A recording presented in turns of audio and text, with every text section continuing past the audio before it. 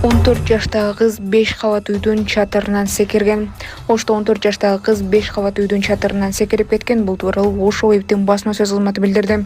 2-сентябрь күнү саат 10:30 Ош шаардык ооруканасынын реанимациясына бөлүмүнүн дарыгерлери жашы жете элек кыз ар кандай жарат алып түшкөнүн билдиришкен. 14 жаштагы кыз Төлөйкөн Кичи районундагы үйүнө келип 5 кабат үйдүн чатырына чыгып, ошол жерден секирип кеткени аныкталган. Милиция тергөө иштерин баштады. Кыздын жамбашы сынып, реанимацияда жатат. Маалымат булагы Говорит ТВ. Ошол жана башка жаңылыктар видеого лайк басып, соңку кабар каналыбызга мына мынтип каттала кетиңиз. Ошондо гана сиз дүйнөлүк жаңылыктардан кабардар болуп турасыз. Орусияда кыргызстандык кыз 6-кабаттын терезесинен кулады.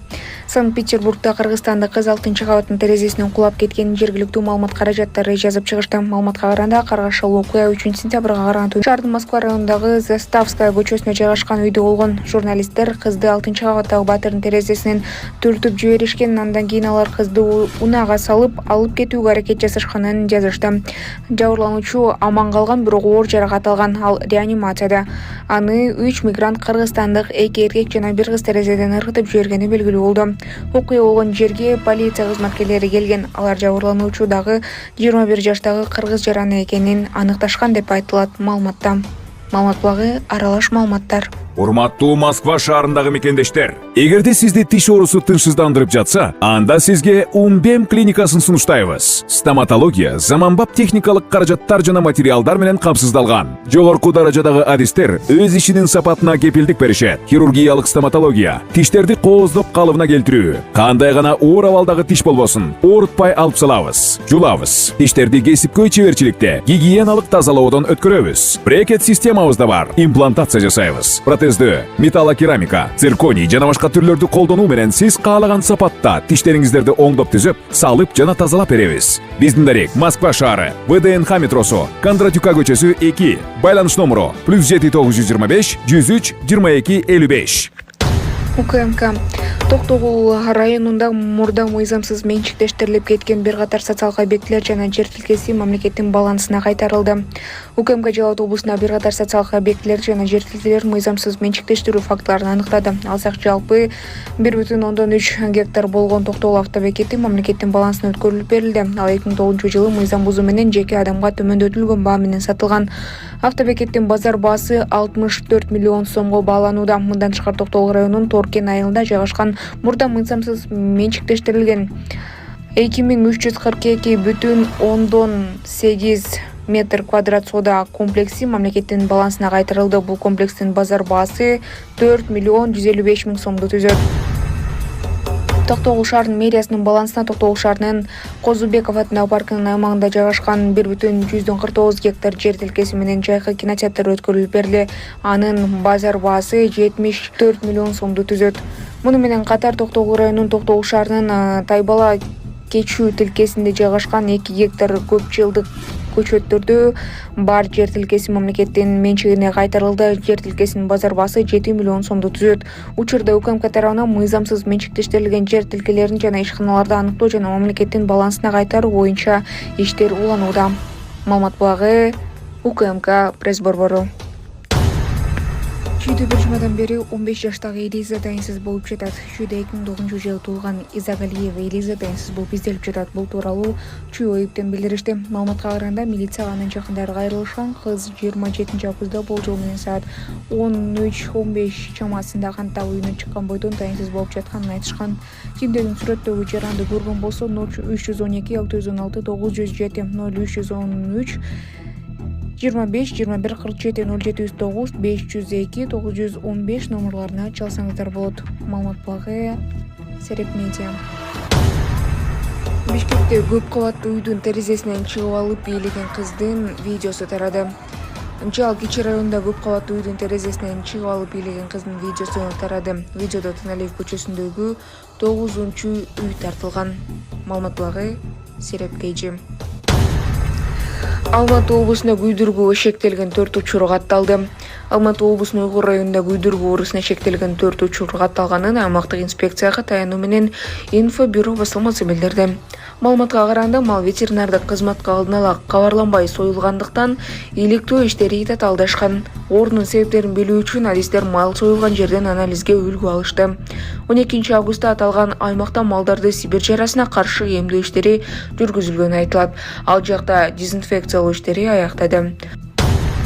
Айдоочу, митинг учурунда элден токмок жегенде эсиңе келесиң.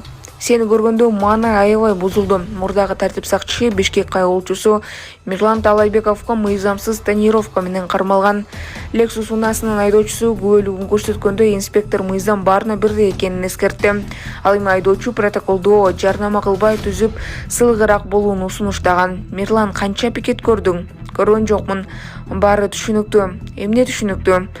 Качан эсиңе келериңди айтайынбы? Пикет учурунда элден токмок жегенде эсиңе келесиң. Акыры айдоочу унаанын тонировкасын алып салууга аргасыз болду. Маалымат багы аралаш маалыматтар. Сен жумушуң реклама эмес. Реклама эмне байке билесиңби? Реклама эмне? Жок, протокол сөзүң. Сен айтпаңыз анда, эсиңе тааныштырып кетейин. Что эмне тааныгына келбейт, тааныштырып эле кой өзүңдү. Обязан представиться, да? Протокол. Анда башында представлять. Талайбеков Мирлан, представился. Лейтенант милиции, инспектор пресс-службы. Кәрд эткен жок эч. Номерин берчи, салып эле алып кетейин аны. Эмнени алып кетесиз? Протоколду. Жок, мыйзам чейинде протоколду жазып берет. Бул жактан, бул биринчиден. Мыйзам боюнча 15 мүнөттөн чоң өткөнсү убактын салган акым бар, протокол түзгөн окшойт. Акым ким деди? Мирлан. Мирлан, сен көрүп өткөн. Бирок кылган мындай кичине эме болуш керек да. Болуш керек. Кичпейдирээк болуш керек. Мыйзам булуп ишти алып барып атам да. Миң кушта уран калдыктарын таштаган жүк ташуучу унаа кырсыкка учурады. Миң кушта уран калдыктарын ташыган Росатом ишканасынын унаасын кырсыкка учурады. Маалыматты редакцияга Өзгөчө кырдаалдар министрлигинен тастыкташты.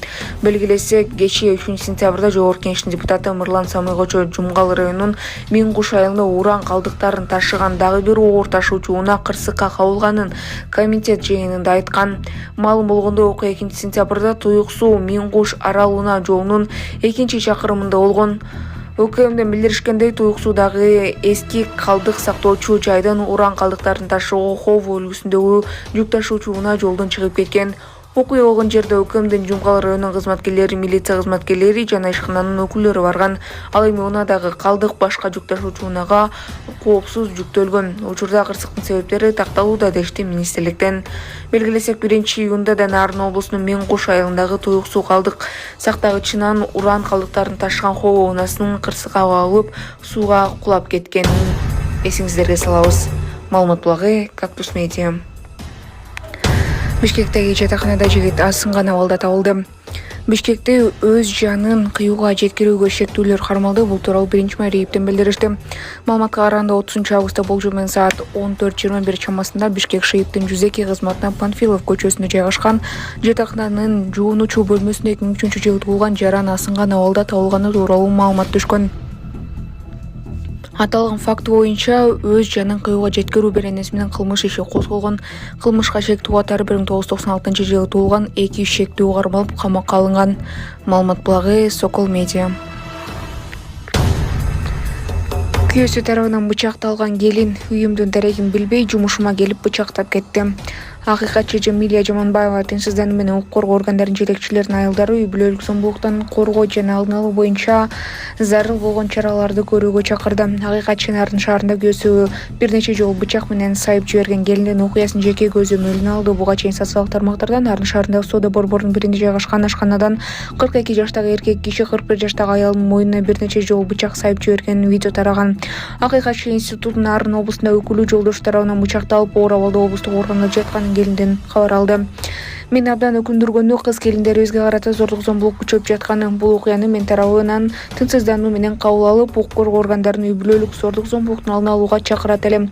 Мындай жүрөгү ушунулган окуялар катталбашы керек. Күнөөлөрдүн мыйзам чегинде өз жазасын алышы керек, деди акыйкатчы. Маалым болгондой, келиндин мойнуна жана денесинин ар кайсы жерлерине бир нече жолу бычак сайылган. Жабырлануучунун айтымында, жолдошу ага буга чейин да зомбулук көрсөтүп келген. Ошондуктан келин ушул жылдын июль айында балдарын алып үйүнөн чыгып кеткен. Жубайлардын ортосунда 3 баласы болгон. Балдары учурда жабырлануучунун инисинин кароосунда. Ал менин үйүмдүн дарегин билбей калып, жумушума келип бычактап кетти. Үйүмдүн дарегин билгенде эркин мени өлтүрүп эле кетмек экен. Укук коргоо органдары тарабынан адилет чечим кабыл алынып, тиешелүү жазасын алат деген ишеничтемин, деди. Маалымат булагы Сереп Медиа.